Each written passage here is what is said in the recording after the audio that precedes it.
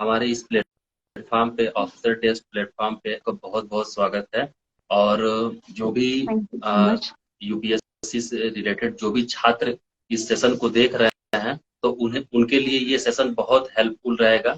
और मैं उन लोगों को बता देना चाहता हूँ, मैम ने बीटेक किया हुआ है सीएसआईटी से, और मैम ने 2 बार यूपीएससी मेंस क्वालिफाई किया है। और मैम प्रेजेंट टाइम में बीपीएससी एग्जाम क्लियर करके बिहार में रेवेन्यू ऑफिसर है। तो right ma'am. Thank you so much. Yes, you are right. तो मैम आज हम इस सेशन में इसीलिए जुड़े हैं कि जो भी मतलब कि जो भी डाउट्स आते हैं तैयारी के दौरान, जो भी सारी चीजें हैं, उनको हम थोड़ा थोड़ा करके क्लियर कर सकें।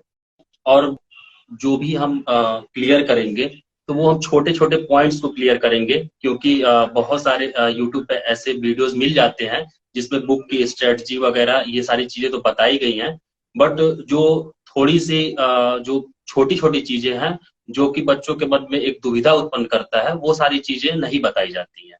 तो आज हम जो भी क्वेश्चन करेंगे आपसे, या जो भी प्रश्न करेंगे, तो वो इसी से रिलेटेड रहेगा।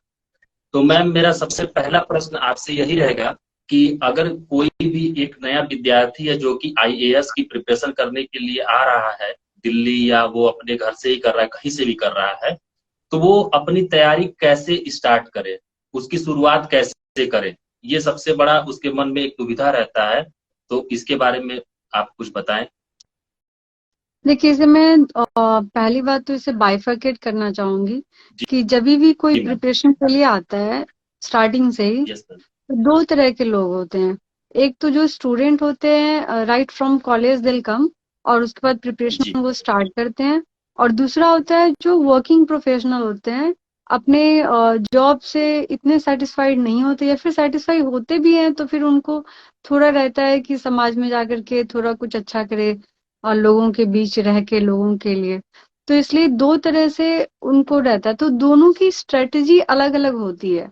जो फुल टाइम प्रिपेयर करते हैं उनकी स्ट्रेटजी, और जो वर्किंग प्रोफेशनल है उनकी स्ट्रेटजी टोटली डिफरेंट होती है। तो जी। मैं वर्क करते करते ही मैंने पढ़ाई करी है, मैंने कभी फुल टाइम प्रिपेयर तो नहीं किया है। तो मैं वर्किंग प्रोफेशनल के लिए बता सकती हूँ, और जो ऑब्वियसली स्टूडेंट है उनके पास प्लेंटी ऑफ टाइम होता है, तो वो इससे और ज्यादा ही टाइम दे पाएंगे, तो उनके लिए और फ्रूटफुल होगा। तो सबसे पहले तो जो वर्किंग प्रोफेशनल है उनके पास टाइम की बहुत ज़्यादा टाइम क्रंच होता है। तो मॉर्निंग जी में मैम। जब ऑफिस जाने से पहले मेरा ऐसा रूटीन हुआ करता था कि मॉर्निंग में जो टाइम मिलता है उसमें न्यूज़पेपर पढ़ लेना, एडिटोरियल को थोड़े अच्छी तरीके से करना। तो जो इनफैक्ट जो न्यूकमर्स होते हैं उनको सबसे पहले चाहिए कि न्यूज़पेपर पे हैंग ऑन होना बहुत जरूरी है, क्योंकि जनरली देखा गया है कि वो एनसीईआरटी तो पढ़ लेते हैं, या फिर जो सिलेबस के बुक्स हैं वो सब तो पढ़ लेते हैं, बट करंट अफेयर से कनेक्टेड नहीं रहते। तो जब तक आप न्यूज़पेपर नहीं पढ़ोगे, उसके जो कॉन्टेक्स्ट है वो क्लैरिटी नहीं आएगी, तब तक प्रीलिम्स अगर हो भी जाएगा तो मेंस में और इंटरव्यू में बहुत डिफिकल्टी आ जाएगी। सबसे पहले न्यूज़पेपर पे हैंग ऑन होना चाहिए, जो कि यूजुअली मॉर्निंग में ही रहना बेटर है, अलॉन्ग विथ एडिटोरियल। और उसके बाद जो बुक्स हैं, सबसे पहले एनसीईआरटी के कुछ बुक्स है, मतलब सारे ही एनसीईआरटी बुक नहीं करने होंगे। जैसे पॉलिटी, मैं सब्जेक्ट वाइज अगर जाऊं तो जैसे पॉलिटी है उसके लिए एनसीईआरटी करने की इतनी जरूरत है नहीं, क्योंकि लक्ष्मीकांत में मोर और लेस अच्छी तरह से कवर हो जाता है उसमें, अगर अच्छे से करे तो लक्ष्मीकांत मैंने वही किया था। ज्योग्राफी के लिए 11th 12th की एनसीईआरटी मैंने करी थी, वो न्यूकमर्स भी स्टार्ट करके कर सकते हैं, अलॉन्ग विथ एटलास। इधर ऑक्सफोर्ड का या फिर ब्लैक स्वॉन, जो भी अफोर्डेबल और जो भी मिल जाए लोकल मार्केट में, उसे लेके एटलास को कर सकते हैं। और तीसरा हो गया हिस्ट्री। हिस्ट्री में डिवाइडेड है, like modern, ancient and medieval. तो मॉडर्न तो मैंने स्पेक्ट्रम से ही किया था, राजीव वहीर की जो बुक आती है, तो उसी को अच्छी तरीके से करना। और मेरा ऐसा फंडा था कि लाइक जो भी बुक पढ़ो आप उसे मल्टीपल टाइम्स रिवाइज करो, instead of going for different books and not revising even like once और ट्वाइस। सो वो बेटर रहता है अगर आप मल्टीपल टाइम्स एक ही चीज को पढ़ते हो।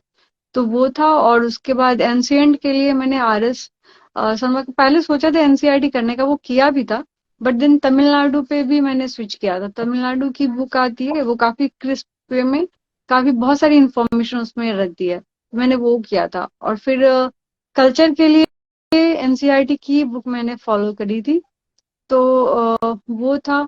और शंकर आईएएस का एनवायरनमेंट के लिए करंट अफेयर्स का यस मैम। न्यूज़पेपर की वजह से वो हो जाता था, बट उसके बाद भी मंथली मैगजीन आती है इनसाइट्स की या फिर विजन की, जो भी मिल जाए मार्केट में, बट मैं इनसाइट्स का फॉलो करती थी। तो फिलहाल तो यही है, और इसी से मैम स्टार्ट कर सकते हैं जो भी न्यू कमर होंगे। Yes ma'am. मैम जैसे कि बहुत सारे ऐसे विद्यार्थी होते हैं जिनको मतलब कि एनसीईआरटी तो वो पढ़ते हैं, और यूपीएससी ने अपने सिलेबस में ये भी मेंशन कर रखा है कि 6 to 12 एनसीईआरटी बेसिक होना चाहिए। बट मैम वो एनसीईआरटी पे प्रॉपर वर्क नहीं कर पाते हैं। तो उनके लिए मतलब मैं ये जानना चाहूंगा, उनको मैं मतलब आपके थ्रू ये मतलब कि जानना चाहूंगा जो भी सारी चीजें हैं कि एनसीईआरटी को कैसे पढ़ा जाए ताकि वो अपनी एनसीईआरटी को अच्छे से पढ़ सके। देखिए, एनसीईआरटी का वही मैं बोल रही हूँ कि सारे सब्जेक्ट के लिए सारे एनसीईआरटी पढ़ने की जरूरत नहीं है। एक तो ज्योग्राफी का है, वो बढ़िया है, और हिस्ट्री के लिए भी पढ़ी जा सकती है। हम्म, और अपार्ट फ्रॉम दैट मुझे बहुत ज्यादा फ्रूटफुल नहीं लगा था। बाकी भी मैंने पढ़ने की कोशिश करती हूँ, लाइक पॉलिटी एंड ऑल के लिए, बट देन वो इतना ज्यादा फ्रूटफुल होता नहीं है। इकोनॉमिक्स के लिए भी उससे बेटर मुझे लगता है एनसीईआरटी के मैक्रो एक पढ़ा जा सकता है, उसमें इन्फ्लेशन वगैरह के बारे में अच्छे से एक्सप्लेन किया है, तो वो करी जा हम्म, सकती है। बट उससे भी बेटर ये रहेगा कि मतलब एनसीईआरटी तो कर लेना है एक बार समझने के लिए, बट देन मैंने श्री राम का भी पढ़ा था, एक बार देखा था, मतलब बहुत ज्यादा तो नहीं। मृणाल के वीडियोस मैंने वो किए थे, तो वो सर काफी, मृणाल सर का एक्सप्लेनेशन एंड जो न्यू कमर्स होते हैं उनको समझाने का तरीका काफी अच्छा है, तो वो मुझे काफी फ्रूटफुल लगा था। और उसे, मैम सॉरी, मैं आपके क्वेश्चन यस। पे एक और चीज बोलूंगी कि आपने जो बोला था कैसे की जा सकती है, तो मैंने इनिशियली मुझे भी बहुत ज्यादा हिकअप्स आते थे कि लाइक मोटिवेटेड नहीं रहना, क्या कितना ज्यादा पढ़ना है, ऐसा होता था। एनसीईआरटी खासकर बल्कि जैसा फील होता था। तो यूट्यूब पे एक और चैनल था जहाँ पे पेज बाय पेज वो पढ़ रहा होता, मतलब जो है पढ़ा रहे होते थे page bye page, line by line. तो मैंने वो भी करने की कोशिश की थी ताकि वो लिंक बनी रहे, और मुझे अगर कुछ समझ नहीं आता तो डाउट क्लियर हो सके। तो ऐसे भी हैं, बहुत सारे रिसोर्सेज है यूट्यूब पे, वो किया जा यस सकता है। मैम, मेरा नेक्स्ट क्वेश्चन आपसे ये रहेगा कि ये जो भी मतलब कि ये जो भी मैं आपसे क्वेश्चन कर रहा हूँ तो ये बहुत छोटे छोटे पॉइंट्स हैं, लेकिन ये मैंने देखा है कि बहुत सारे विद्यार्थियों के अंदर इस तरह के प्रॉब्लम वो फेस करते हैं। ठीक है। तो सेकंड मेरा क्वेश्चन ये रहेगा मैम कि अगर किसी टॉपर्स के पास या किसी टॉपर्स के सेमिनार में बहुत सारे विद्यार्थी जाते हैं तो टॉपर्स ये बताते हैं कि आपको सिलेबस के अकॉर्डिंग पढ़ना है। ठीक है। बट मैम आप यूपीएससी ने 1 से 2 लाइन में अपने यूनिट फर्स्ट को यूनिट सेकंड को मतलब जो भी सारे सिलेबस है उसको उन्होंने लिख दिया है। बट मैम उसे वो ओपन कैसे करें, कैसे वो जाने कि मतलब इस सिलेबस में मुझे कितना पढ़ना है, क्या पढ़ना है, कैसे वो इस चीज को मतलब हैंडल करें, क्योंकि ये समस्या बहुत सारे विद्यार्थियों के साथ आती है। ये बहुत अच्छा क्वेश्चन आपने पूछा है। इनफैक्ट मुझे खुद यस भी इस बात से, मैंने खुद भी डील किया है जब मैं फर्स्ट अटेम्प्ट दे रही थी। तो यस मैम। इसके लिए मैं ये बोलूंगी कि जो सिलेबस है और प्रीवियस ईयर क्वेश्चन है, उन दोनों को लिंक करने की बहुत ज्यादा जरूरत है। जनरली ऐसा देखा गया है कि लोग टेस्ट सीरीज तो ले लेते हैं, उनके क्वेश्चंस वगैरह करते हैं, तो वो अच्छी बात है, जरूरी भी है। But then previous year question सबसे ज्यादा इंपॉर्टेंट है। उसे सिलेबस के साथ लिंक करके ये पता चलता है कि किस रेंज में मुझे पढ़ना है, कहाँ से कहाँ तक, और कितना चाहिए। लाइक नॉट ओनली 1 और 2 years, if you go for 10 years of questions, तो वो बहुत ज्यादा फ्रूटफुल होगा किसी भी स्टूडेंट के लिए, और क्लैरिटी ला देगा कि इतना ही पढ़ना है, इससे ज्यादा नहीं पढ़ना, या फिर क्या क्या एग्जैक्टली कितना पढ़ना है, तो भी उसमें इम्पोर्टेंट पॉइंट कौन सा है, इम्पोर्टेंट पार्ट कौन से है of the syllabus, that also they understand. Okay. मेरा नेक्स्ट क्वेश्चन ये रहेगा मैम कि करंट अफेयर से रिलेटेड बहुत सारी इस समय मतलब बच्चों के मन में दुविधाएं रहती हैं, विद्यार्थियों के मन में। तो उन मार्केट में बहुत सारे स्रोत हैं कि मतलब बहुत सारी किताबें हैं, तो मैम करंट अफेयर को कैसे प्रिपेयर करना है और कितने ईयर का हम करंट अफेयर प्रिपेयर करें, इसके बारे में कुछ बता दीजिए।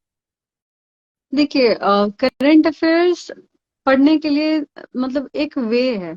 सीधा करंट अफेयर्स पढ़ लिया या फिर यूट्यूब से कुछ वीडियोस देख लिए या फिर ऐसा, तो मुझे लगता है उससे बेटर ये होता है कि जब भी आप यस न्यूज़पेपर पढ़ते हैं करंट अफेयर्स में, यस जो भी चीज मेंशन है, फॉर एग्जांपल अगर कहीं पे ये मेंशन है कि अवलांच आया है या फिर कहीं पे फ्लड आया है, तो you should go with along with the basic, you need to, like, you should have clarity of the basic along with the current affairs. तो इससे क्या यस होता है, और अगर आप एटलास भी उसके साथ जोड़ लेते हैं, ये तीन चीजें अगर एक साथ हो जाती है, तो जरूरत नहीं होती है कि आप प्रीवियस के 1 और 2 इयर्स या फिर 3 इयर्स इतनी ज्यादा करने की जरूरत नहीं होती है। अगर आप 1 ईयर के लिए भी कंसिस्टेंट है और स्टैटिक यस पोर्शन और एटलास अगर आप जोड़ लेते हैं, तो वो 1 ईयर यस भी सफिशिएंट, मतलब सफिशिएंट होता है इसके लिए, एग्जाम के लिए। अगर यूपीएससी की बात करें, तो अगर बीपीएससी की बात करें, तो आपको इंडिया अलोंग विथ बिहार के दोनों का भी जोड़ करके देखना जरूरी होता है। Yes ma'am. मेरा नेक्स्ट क्वेश्चन अब ये रहेगा मैम कि प्रीलिम्स का दायरा बहुत बड़ा होता है और इसमें विद्यार्थियों को प्रॉब्लम ये आती है कि वो सबसे पहले तो मतलब कि प्रीलिम्स के बहुत सारे मतलब कि फैक्टर होते हैं, मतलब कि कहीं से भी क्वेश्चन बन जाते हैं। तो प्रीलिम्स पे कैसे उनका एक पकड़ बने कि उनकी एक प्रीलिम्स जो भी है, जो भी एग्जाम है, उसको कट ऑफ क्लियर करके मेंस एग्जाम के लिए एलिजिबल हो सके।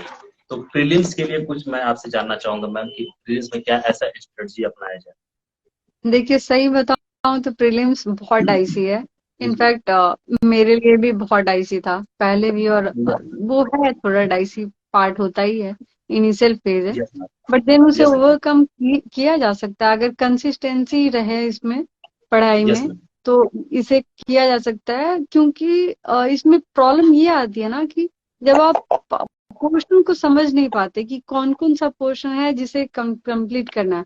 जैसे यूपीएससी के लिए प्रीलिम्स अलग होता है, मतलब उसके पार्ट ऑफ द थिंग्स या फिर जो सिलेबस है या फिर क्या क्या कवर करना है, वो अलग है कंपेयर टू स्टेट पीसीएस, जैसे बीपीएससी का ले लें। तो यस इन मैम। दोनों का ही अलग है, इसे समझना बहुत जरूरी है। बट जनरली लोगों को मैंने देखा है कि चलो ठीक है, यूपीएससी में जो जो चीजें हैं वो पढ़ लिया और कुछ वीडियोस देख लिए बीपीएससी के करंट अफेयर्स के, तो इनफ हो गया। बट ऐसा होता नहीं है। सिलेबस देख करके और current previous year question paper देख करके हमें समझना होता है कि कौन कौन सा सेक्शन है जो इम्पोर्टेंट है। सारे यस सेक्शन को कवर करना जरूरी होता है। जैसे अगर हम देखें तो जो डेटा है, बीपीएससी के लिए डेटा बहुत इंपॉर्टेंट हो जाता है, जो कि यूपीएससी यस में डेटा से रिलेटेड इतना ज्यादा फैक्चुअल क्वेश्चंस आते नहीं है।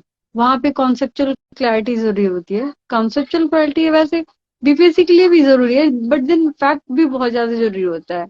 सेंसस का डेटा जैसे अगर ले, तो बीपीएससी के लिए इम्पोर्टेंट है, बट वो यूपीएससी के लिए नहीं है इतना इम्पोर्टेंट। तो यस वही मैम। है कि सारे सेक्शंस को कवर करना जरूरी है। अगर हम प्रीवियस ईयर क्वेश्चन देखेंगे तभी हमें पता चलता है ये सब चीज।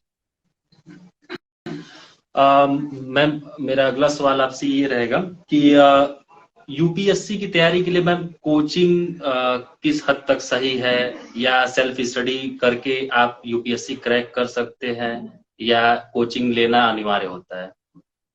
देखिए, मैंने सही देखे तो मैंने कोचिंग तो खुद के लिए, ऑप्शनल के लिए तो मैंने कभी किया ही नहीं था। और यस मैम। सिर्फ ऑप्शनल की नहीं, स्टैटिक की भी बात करें तो मैंने 3 महीने ही क्लासेस किए थे, क्योंकि मेरा उसके बाद फिर अब्रॉड चली गई थी मैं, तो क्लासेस मेरे मिस हो गए थे। तो उसके बाद मैंने पूरा ही सेल्फ स्टडी ही किया था। तो सेल्फ स्टडी से भी किया जा सकता है, और कोचिंग अगर ज्वाइन कर ले तो एक और हेल्प हो जाता है कि मेंटर्स मिल जाते हैं, गाइडिंग हो जाती है प्रॉपर, तो वो फायदा भी रहता है। बट देन सेल्फ स्टडी तभी भी करना पड़ता है। तो सेल्फ स्टडी सबसे ज्यादा बड़ा की है, उसके बगैर तो नहीं हो सकता। सिर्फ कोचिंग पे रिलाय करना वो सही नहीं है। टेस्ट यस सीरीज लगा लिया, सेल्फ स्टडी किया तो भी वो हो सकता है। मैम टेस्ट सीरीज की क्या भूमिका है। इसमें, इस एग्जाम को क्रैक करने में? और टेस्ट सीरीज अगर हम करते भी हैं तो उसको किस प्रकार से मतलब करना चाहिए कि हम क्वेश्चन को एलिमिनेट करना जान जाए, जो भी सारी चीजें हैं उसको सीख लें? तो टेस्ट सीरीज का क्या योगदान है इस तैयारी में मैम?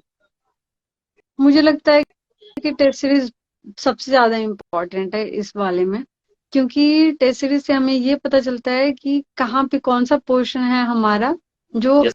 कवर नहीं हुआ है, या फिर कहाँ पे हम गलतियां कर रहे हैं। कभी कभी ऐसा होता है, मेरे साथ जनरली ऐसा होता था कि जब मैं क्वेश्चन सॉल्व कर रही हूँ तो जब दो ऑप्शन पे आकर के अटक गए, अभी करना क्या है, चांस लूं फिफ्टी यस। फिफ्टी का या फिर छोड़ दूं। अगर छोड़ दिया तो मतलब जो भी आने का था कि चलो कुछ मार्क्स आ जाते वो भी चले गए। तो वैसे तो छोड़ नहीं सकते। अगर यूपीएससी का देखे तो बहुत सारे क्वेश्चन में ऐसे हो जाता है, फिफ्टी फिफ्टी वाला हो जाता है। तब उस टाइम में यस। एक चूज करना पड़ता है, बाय इंटेलिजेंट गेस या फिर जो भी लॉजिकल कंक्लूजन आप जो लेकर के आते हो, उसके बाद कोई एक पर्टिकुलर आप चूज कर लेते हो। तो टेस्ट सीरीज से ये फायदा हो रहा था कि मुझे ये समझ आ रहा था, चलो ठीक है, मैं उसमें मार्क कर लेती थी कि कहाँ कहाँ मैंने फिफ्टी फिफ्टी किया है। तो उन सब से ये देखने, चल मान लीजिए मैंने 10 किया, आउट ऑफ 10 मैंने कितने करेक्ट किए, और अगर मैंने रॉन्ग किया है, तो मेरा लॉजिक कहाँ गलत हो गया जिसकी वजह से ये रॉन्ग हुआ है। तो टेस्ट सीरीज सिर्फ दे देने से ये नहीं होता कि हाँ चलो टेस्ट सीरीज दे दिया तो खत्म हो गया, मेरा जो रिस्पॉन्सिबिलिटी था डन। नहीं, ऐसा नहीं होता। टेस्ट सीरीज देने के बाद फिर हमें सारे क्वेश्चंस को रिविजिट करने की जरूरत होती है। यस। एक्सप्लेनेशन पढ़िए, रॉन्ग कहाँ हुआ है वो देखिए, क्या आपके लॉजिक में इशू है, या आपके पास इंफॉर्मेशन नहीं थी, या फिर क्या इशू क्या एग्जैक्टली वो पता करना सबसे ज्यादा इम्पोर्टेंट होता है इसमें। तो टेस्ट सीरीज बहुत ज्यादा इम्पोर्टेंट है किसी भी स्टेज के लिए, प्रीलिम्स हो मेंस हो, यस। तो बहुत ज्यादा इम्पोर्टेंट रोल प्ले करता है। थैंक यू मैम बताने के लिए। अब आपसे एक अगला सवाल मैं ये पता करना चाहूंगा, पूछना चाहूंगा, क्योंकि जो भी मैं क्वेश्चन आपके सामने लेकर के आ रहा हूँ वो बहुत छोटे छोटे से मतलब पॉइंट्स हैं, लेकिन ये सबके साथ समस्या रहती है। सबसे पहली ये समस्या तो मैम ये रहती है कि ऑप्शनल का चयन कैसे करें, और उसको ऑप्शनल को तैयार कैसे करें। तो मैम जैसे कि यहाँ क्या होता है कि लड़के दिल्ली गए, तो वहां पे उन्होंने 10 बच्चों को देखा कि वो लिटरेचर रख रहा है, हिंदी लिटरेचर रख रहा है, तो उनको देख करके जो नए बच्चे होते हैं वो भी सोचते हैं कि नहीं मुझे भी यही रखना चाहिए। तो मैम ये मतलब कहाँ तक सही है कि मतलब दूसरे का देख करके ऑप्शनल रखना? तो ऑप्शनल का चयन एक मतलब कैसे करें कि एक अच्छे तरीके से हम ऑप्शनल अपना प्रिपेयर कर सकें? देखिए, ऑप्शनल जब मैंने चूज किया था, मैं अपना पहले बताती हूँ फिर उसके बाद आपके क्वेश्चन पे आती हूँ। Yes ma'am. जब मैं ऑप्शनल चूज कर रही थी तो मेरे लिए भी बहुत डिफिकल्ट था, क्योंकि मैं साइंस बैकग्राउंड से आती हूँ। तो मुझे समझ यस नहीं आ रहा था कि मैं ह्यूमैनिटीज वाले सब्जेक्ट रखूं, जैसे एंथ्रो वगैरह है, मेरे बहुत सारे फ्रेंड्स लोगों ने रखा था। तो क्या मैं एंथ्रो या सोशियोलॉजी ये सब ले लूं, या लिटरेचर? तो मुझे ऐसा लगता था कि शायद लिटरेचर तो मेरे से एकदम से होने वाला है नहीं, बिल्कुल भी मेरे पल्ले तो नहीं पड़ेगा शायद, क्योंकि साइंस वाले थोड़े फैक्चुअल होते हैं, लॉजिक ढूंढना हर चीज में, या फिर एक नहीं होता, थोड़ा मैकेनिकल टाइप माइंड हो जाता है। तो वैसा वाला था, तो लिटरेचर नहीं होगा मेरे से, मुझे ऐसा लगता था। फिर जब मैंने एंथ्रो भी पढ़ने की कोशिश करी थी, और क्योंकि मेरा मदर टंग ही मैथिली है, और मेरी मम्मी उस सब्जेक्ट में काफी बहुत अच्छा किए हैं, और मेरे पापा उसके लेक्चरर भी रह चुके हैं। तो कहीं ना यस मैम। कहीं मेरा बेस था उससे बचपन से ही। तो पढ़ा एंथ्रो, बट पता नहीं क्यों मन नहीं लग रहा था। मतलब पढ़ रहे थे और बस पढ़ रहे थे, ऐसा लग रहा था कि ये नहीं होता कि पढ़ना है तो पढ़ लिया, ऐसा टाइप से लग रहा था। तो फिर मैंने सोचा चलो लिटरेचर थोड़ा ट्राई करते हैं, इंटरेस्टिंग है, कभी पढ़ा नहीं, और घर में माहौल था मैथिली का, तो एक बार देखते हैं। तो फिर पढ़ा, पता नहीं बहुत ज्यादा इंटरेस्ट लग गया मुझे। तो यस मैम। अब नेक्स्ट पहले इंटरेस्ट का होता है जो मुझे उसमें आ गया था। अब बात आती है कि मुझे क्लास कहाँ से करना होगा, क्या वैसे ही लिखना है, क्या लिखना है एग्जैक्टली exactly? और जो चाहिए उसके लिए क्या बुक सफिस होगा या फिर किसी के नोट्स भी चाहिए, तो वो वाली प्रॉब्लम आ जाती है। और मैं बैंगलोर में थी, तो मैं दिल्ली में थी नहीं कि मैं इमिडिएटली जा करके टीचर से मिल लूं या फिर क्लासेस कर लूं। तो वो भी बहुत ज्यादा प्रॉब्लम था मेरे लिए। तो मैंने ऑनलाइन ही सर से बात करी थी, सुरेंद्र राउत सर हैं, उनसे मैंने बात करी। तो उन्होंने बोला कि ठीक है वो भेज देंगे। तो मैंने बोला नहीं, पहले सारा का सारा आप मुझे मत भेजो, कुछ चीजें ही मुझे भेजो, पहले मुझे देखना है कि मेरे से पॉसिबल है या नहीं है। तो मैंने दो चार कुछ पढ़ा, उसका देखा, तो फिर लगा कि नहीं यार, मतलब काफी इंटरेस्टिंग है, करना चाहिए। तो फिर मैंने उनसे सारे के सारे उनसे जो भी उनके पास नोट्स वगैरह थे वो सब मंगवा लिया था, और खुद से ही पढ़ाई करी थी। और जब भी जरूरत होती थी, हेल्प चाहिए, तो सर से ऑनलाइन कंसल्ट कर लिया। और टेस्ट सीरीज उनका मैंने लिखा था, वो करने के बाद बस ये था। तो जो भी नए लोग होंगे उन्हें मैं यही बोलूंगी कि सबसे पहला होता है इंटरेस्ट रहना उस पर्टिकुलर सब्जेक्ट में, क्योंकि बहुत वास्ट सिलेबस है। अगर आपका इंटरेस्ट नहीं है तो मैकेनिकली करना मतलब इतना फायदेमंद होता नहीं है। दूसरा, उसके नोट्स है या नहीं मार्केट में अवेलेबल। अब कुछ ऐसा ले लिया जिसके नोट्स ही नहीं है और बुक्स भी नहीं मिल रहे, तो वैसा इंटरेस्टिंग होने के बाद भी क्या ही फायदा है, आप कर ही नहीं पाओगे। तो आपको नोट्स भी मिलना जरूरी है। और तीसरा, फिर वही टाइम आप इसमें लो, सेल्फ स्टडी करो, सिर्फ क्लास के भरोसे मत रहो। Yes ma'am. मैम, मेरा अगला प्रश्न आपसे ये रहेगा कि बच्चे तो मतलब जो भी विद्यार्थी होते हैं वो पढ़ते तो बहुत जाते हैं, बट मैम उनको जब लिखने की बारी आती है, आंसर राइटिंग करने की बारी आती है, तो वो इस सोच में पड़ जाते हैं कि स्टार्ट कहाँ से करना, जबकि उनके पास नॉलेज बहुत ज्यादा रहता है। तो इस पे आप क्या कहना चाहेंगे मैम, मतलब कैसे, मतलब आंसर राइटिंग जब वो कर रहे हैं तो स्टार्टिंग कैसे करें, वो पॉइंट्स को स्टार्ट कैसे करें?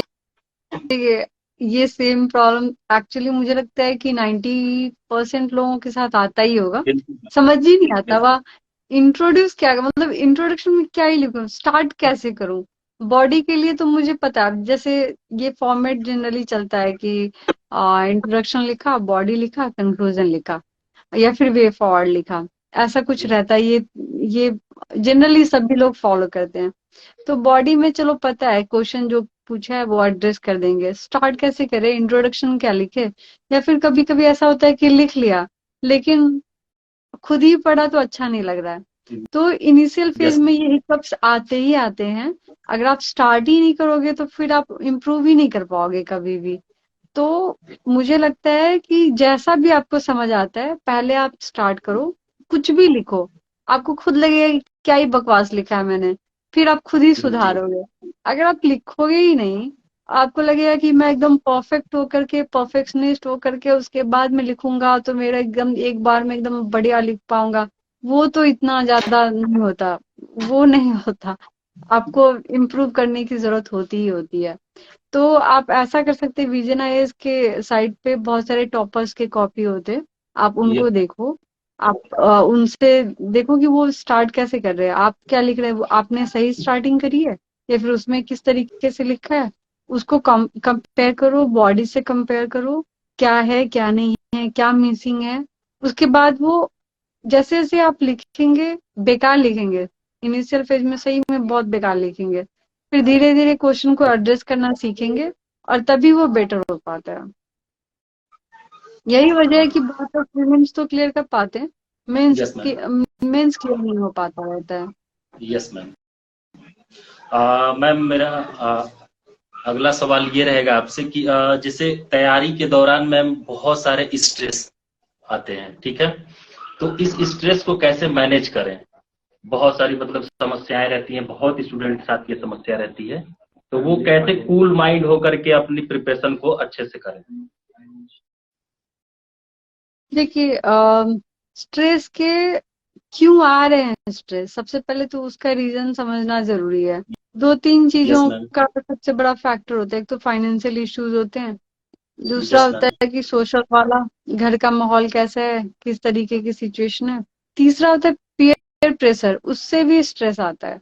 और चौथा यस मैम। ये भी बोल सकते हैं कि एग्जाम क्लियर नहीं हो रहा है, तो भी प्रेशर आता है। तो ये सारे डिफिकल्टीज होते हैं। जो वर्किंग प्रोफेशनल है उनके लिए फाइनेंशियल क्रंच इतना ज्यादा होता नहीं है, बट हाँ फैमिली का और पीयर का भी इतना ज्यादा नहीं होता है, बिकॉज वो इन्वायरमेंट ऑल टुगेदर डिफरेंट होता है। But yes. एग्जाम क्लियर नहीं हो रहा है, ये प्रेशर सभी को रहता है। तो उसके लिए ऐसा है कि जब आप पढ़ रहे हैं ना, जब भी ऐसा लगे स्ट्रेस आ रहा है बहुत ज्यादा, एक दिन आप पढ़ाई ही दो, क्या ही फर्क पड़ता है। मैं तो ऐसा जी। करती थी, मतलब एक दिन छोड़ दो, नहीं हो रहा है तो ठीक है, जब बहुत ज्यादा नहीं कर सकते, जितना होगा उतना ही करेंगे, एक दिन छोड़ दो, कुछ बदलने नहीं वाला एक दिन में। और इंस्टेड आपको जो इंटरेस्टिंग लगता है, जो भी हॉबी हो सकती है आपकी, या फिर जैसे कभी कभी ऐसा तो किसी को गाने सुनने का ही बहुत इंटरेस्ट होता है, तो चलो ठीक है वही कर लो, जो आपका मन करे, एक दो दिन आप वही कर लो, और उसके बाद फिर वापस पढ़ने पे आओगे, तो फिर उसके बाद अच्छे कंसंट्रेशन के साथ आप पढ़ना स्टार्ट करेंगे। थोड़ा दिमाग चेंज करना, लोगों से मिलो बाहर जा करके, एक ही रूम में बंद मत रहो, तो वो सब करने से थोड़ा सा बना रहता है। मैम, मेरा अगला सवाल आपसे ये रहेगा कि तैयारी के दौरान बच्चे पढ़ते तो हैं, बहुत ज्यादा पढ़ते हैं, और वो आगे से पढ़ते जाते हैं और पीछे से सारी चीजें भूलती जाती है। तो उसको उसको किस प्रकार वो मतलब मैनेज करें कि मतलब उनको जो भी सारी चीजें पीछे की भी जो उन्होंने पढ़ा वो उनको याद रहे, मतलब रिवीजन किस प्रकार करें वो?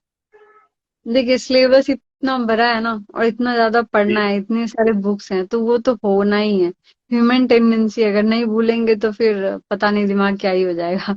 तो वो तो भूलना है ही, लेकिन यस। उसको इसी तरीके से, जब जब आप रिवाइज करेंगे, बार बार पढ़ेंगे उस चीज को, और समझ के पढ़ेंगे, तो फिर भूलना कम हो सकता है, उसे कम किया जा सकता है, और दिमाग में बैठा रखा जा सकता है। इसी तरीके से रिपीटेड आप पढ़ाई करो। अब जैसे कि एक बुक पढ़ने में बहुत ज्यादा टाइम तो लगता नहीं है, मान लीजिए पॉलिटी अगर पढ़ रहे हैं, पहली बार में 1 महीने लग सकते हैं, दूसरी बार में यस। 15 दिन लगे, उसके बाद 7 डेज लगे। तो जब आप तीसरी बार पढ़ लिए होंगे ना, रिवाइज कर लिए होंगे, 3 बार एटलीस्ट रिवाइज कर लेंगे, तो आपको खुद ही समझ आ जाएगा कि मैं नहीं भूल रही हूँ या नहीं भूल रहा हूँ। वो भूलना तभी कम होगा, आपके रिवीजन से ही सब कुछ रिवीजन पे डिपेंड है। ठीक, थैंक यू मैम। नेक्स्ट, मेरा अगला प्रश्न आपसे ये रहेगा कि जैसे कुछ लोग फर्स्ट अटेम्प्ट में जब सेलेक्ट हो जाते हैं तो उनके जो आसपास के पड़ोसी होते हैं वो कहते हैं तुम बहुत लकी हो।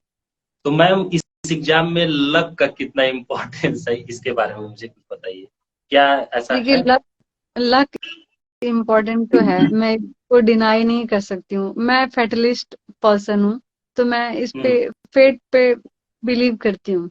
लेकिन हर चीज लक पे छोड़ना वो भी सही नहीं है।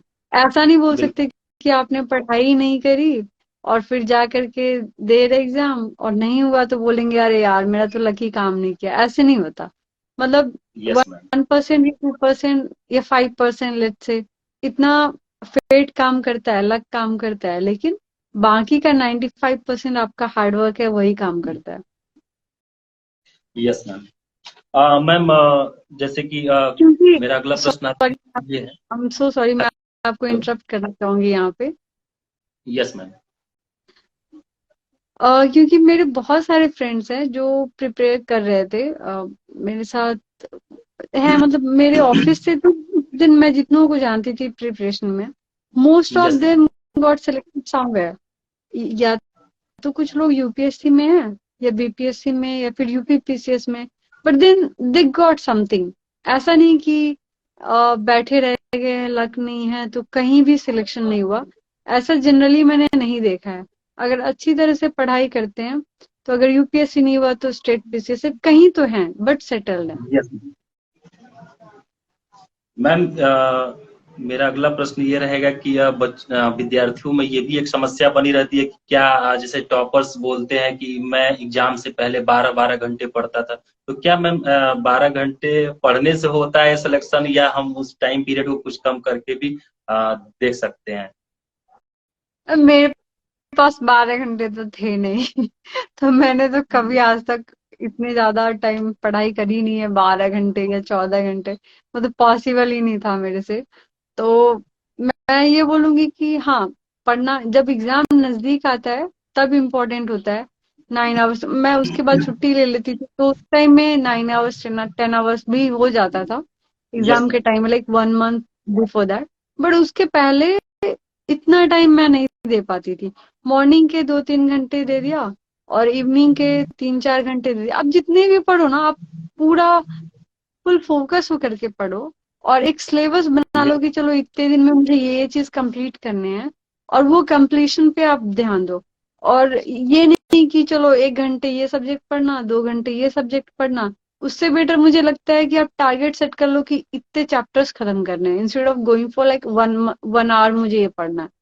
उससे ये होता है यस कि चलो ठीक है, इतने सारे कंप्लीट हो गए और एक मेंटल सेटिस्फेक्शन भी आता है और पढ़ाई भी हो जाती है। तब आप ज्यादा पढ़ भी लोगे, लाइक 7 आवर्स भी पढ़ लोगे। लेकिन अगर आप ये सोच के चलोगे कि 1 ही घंटे इसे पढ़ने हैं, 2 ही घंटे इसे पढ़ने हैं, तो ना तो प्रॉपर चैप्टर कंप्लीट हो पाता है और ना ही मेंटल सेटिस्फेक्शन होता है। ओके मैम, एक और प्रश्न आपसे रहेगा कि लास्ट सेकंड क्वेश्चन है ये आपसे कि कंसिस्टेंसी कितना मायने रखता है इस प्रिपरेशन में? कंसिस्टेंसी तो सबसे ज्यादा इसका की ही कंसिस्टेंसी है, मुझे लगता है सिलेक्शन का।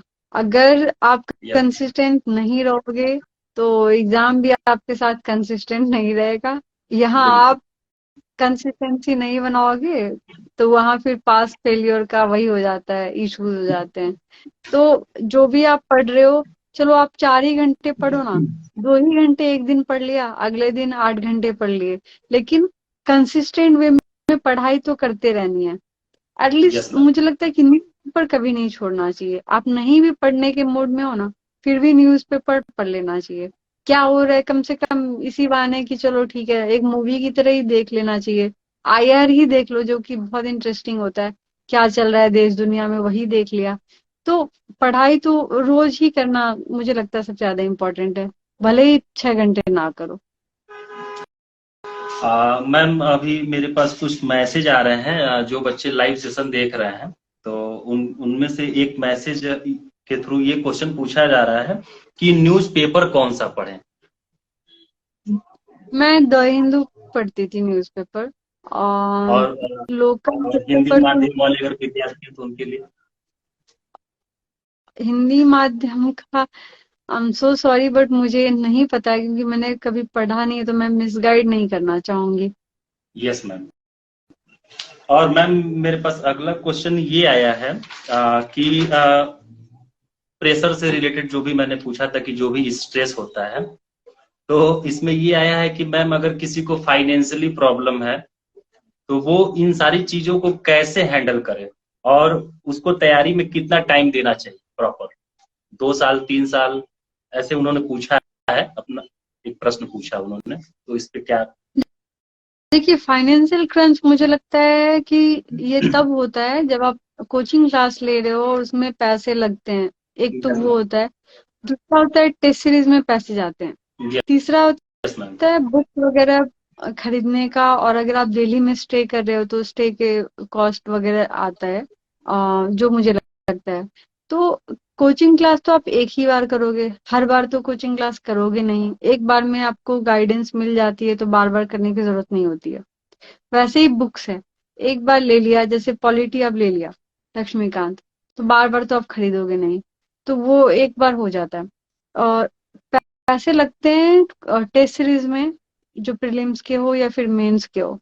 उसके लिए यस भी मैम। ये कुछ चैनल्स हैं, जैसे आईएएस बाबा का है, तो उनका टीएलपी प्रोग्राम होता है जो फ्री ऑफ कॉस्ट होता है, 2 फेज में वो लोग करवाते हैं, जिसपे मैं भी लिखती थी आंसर्स, तो आप वो कर सकते हैं। इनसाइट्स का सिक्योर आता है, उसमें भी सिनॉप्सिस भी देते हैं, लिखने का भी देते हैं, तो वो भी आता है। अब मुझे लगता है कि आई होप कि ऑफिसर्स टेस्ट भी ऐसा कुछ कंडक्ट करे, जो कि बच्चे अपना लिखे पीयर रिव्यू कर सकें। तो इस माध्यम से आप टेस्ट सीरीज के भी पैसे चाहे तो बचा सकते हैं। देखिए, जहाँ चाह वहाँ राह वाली बात होती है। अगर आप चाहते हैं करना तो आप घर बैठे भी कर सकते हैं। बैंगलोर में पहले कुछ भी नहीं था यूपीएससी का, अब तो वहाँ विजयनगर में है भी, बट पहले तो वो भी नहीं था। तो ऐसा तो नहीं है कि चलो ऑप्शनल के मैंने क्लासेस नहीं किए, कभी कोचिंग नहीं किए, तो मैं कर ही नहीं सकती, तो और उसके साथ मुझे जॉब भी करना है, तो मेरे से तो ना होने वाला। मैंने ऐसा तो नहीं किया। मैंने इनफैक्ट मैं यस ऑन मैम। साइड भी थी, तभी भी मैंने पढ़ाई करी है, जहाँ पे यूपीएससी बीपीएससी का नाम भी लोग नहीं जानते। तो अगर आप करना चाहते हो तो आप गांव से भी कर सकते हो, मुझे ऐसा लगता है। मैम एक प्रश्न ये आया हुआ है कि इस एग्जाम को रटकर क्वालिफाई कर सकते हैं क्या? और अगर समझ की आवश्यकता होती है तो इस समझ को कैसे विकसित करें? देखिए, रट के आप प्रीलिम्स निकाल लेंगे, बट रट के आप मेंस कैसे निकालेंगे? वहां तो कॉन्सेप्चुअल क्लैरिटी की एटलीस्ट, देखिए, और फिर इंटरव्यू स्टेज भी है, वहां भी आपको कॉन्सेप्चुअल क्लैरिटी चाहिए ही चाहिए। तो आप एक Yes. स्टेज पार करके तो ऑफिसर बन नहीं सकते। आपको बनना ऑफिसर है, और ऑफिसर को बहुत सारे डायनामिक प्रॉब्लम सॉल्व करने होते हैं। ऐसे सिचुएशन में आप वहां भी तो रट के काम नहीं करेंगे। जब आप Yes. लाइव काम करने आएंगे, जब आप लोगों के बीच उनके प्रॉब्लम सॉल्व करने जाएंगे, तब आप रट के नहीं डिसीजन ले सकते। आपको Yes. डिसीजन अपने दिमाग से लेना है, सोच से लेना है आपके। तो इसके लिए प्रिपरेशन अभी से करने की जरूरत है। Yes. तो मैं ऐसा बोलूंगी कि आप जो भी टॉपिक पढ़ते हैं उसको समझ के पढ़िए। तब ये जो पहले भी आपने क्वेश्चन पूछा था कि भूल जाते हैं लोग, याद नहीं रहता, Yes. वो Yes. भूलने वाला भी प्रॉब्लम सॉल्व हो जाएगा। एटलीस्ट स्टैटिक पोर्शन में तो आप नहीं भूलेंगे। हाँ, करंट अफेयर्स हर बार चेंज होता है, तो वो तो आपको कंटिन्यूअसली रिगरसली उस पर काम करना पड़ेगा, बट स्टैटिक पोर्शन एटलीस्ट वो भूलने में कमी आ जाएगी अगर आप समझ के पढ़ते हैं, और ये आपको मेंस में भी काम देगा। मैम, मेरा अंतिम प्रश्न ये है जो कि मेरे मैसेज में दिखा रहा है कि यूपीएससी 2023 की एग्जाम की जो भी प्रिपरेशन कर रहे हैं लड़के, तो ये समथिंग अराउंड 28 मई को एग्जाम है। तो उन्होंने ये जानना चाहा है कि प्री के लिए क्या तैयारी होना चाहिए, जिसमें हम मतलब कि जीएस और सीसैट को मतलब बराबर टाइम दे सके और उसको कैसे क्लियर करें इस बार जो 2023 का यूपीएससी है, तो उसके लिए मैम कुछ। देखिए, स्टैटिक पोर्शन तो जो मैंने सिलेबस अभी कुछ देर पहले मैंने सोर्सेज बताए थे, ये सोर्सेज, या फिर आप अगर अलग सोर्स का कुछ कर रहे हैं, प्रिपेयर कर रहे हैं अलग सोर्स से, तो आप उसी में कंसिस्टेंसी रखिए, मल्टीपल टाइम्स रिवाइज कीजिए।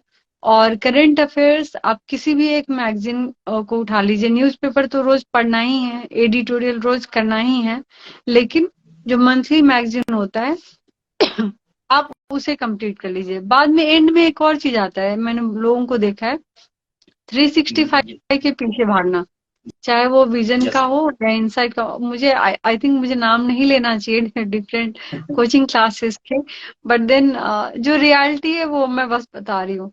I am being honest over here. तो उसके पीछे लोग भागते रहते हैं। तो मुझे लगता है कि उसके पीछे भागना नहीं चाहिए।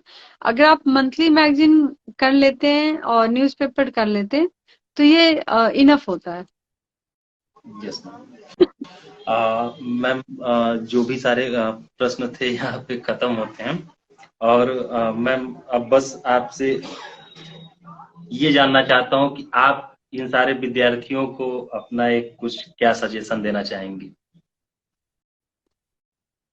मैं ये बोलूंगी, सबसे पहले ये इम्पोर्टेंट है कि आप क्यों चाहते हैं जानना। ये अपने आप से जानना सबसे ज्यादा इम्पोर्टेंट है कि आप क्यों सिविल सर्विसेज में जाना चाहते हैं। क्योंकि यस मैम। होता ये है कि जब आप क्लियर कर भी लेते हैं ना इस एग्जाम को, जैसे मैंने क्लियर कर भी लिया, तभी भी बाद में रहता है कि क्या मैंने सही डिसीजन लिया था। आने के बाद आपको वो बाद वाली प्रॉब्लम है ना, वो फेस ना करना पड़े। इसलिए राइट फ्रॉम नाउ आपको ये सोचने की जरूरत है कि आप क्यों करना चाहते हैं सिविल सर्विसेज। ये आपको इंटरव्यू में भी हेल्प करेगा, और जब भी आप डीमोटिवेट होते हैं, तो सेम उसी चीज को याद कीजिए कि आप क्यों करना चाहते हैं ये चीज। तो आपको ये ओके मैम। मोटिवेट भी करेगा, और आपकी पढ़ाई को भी जो मेन डेस्टिनेशन तक पहुंचाने के काम यही फैक्टर करता है।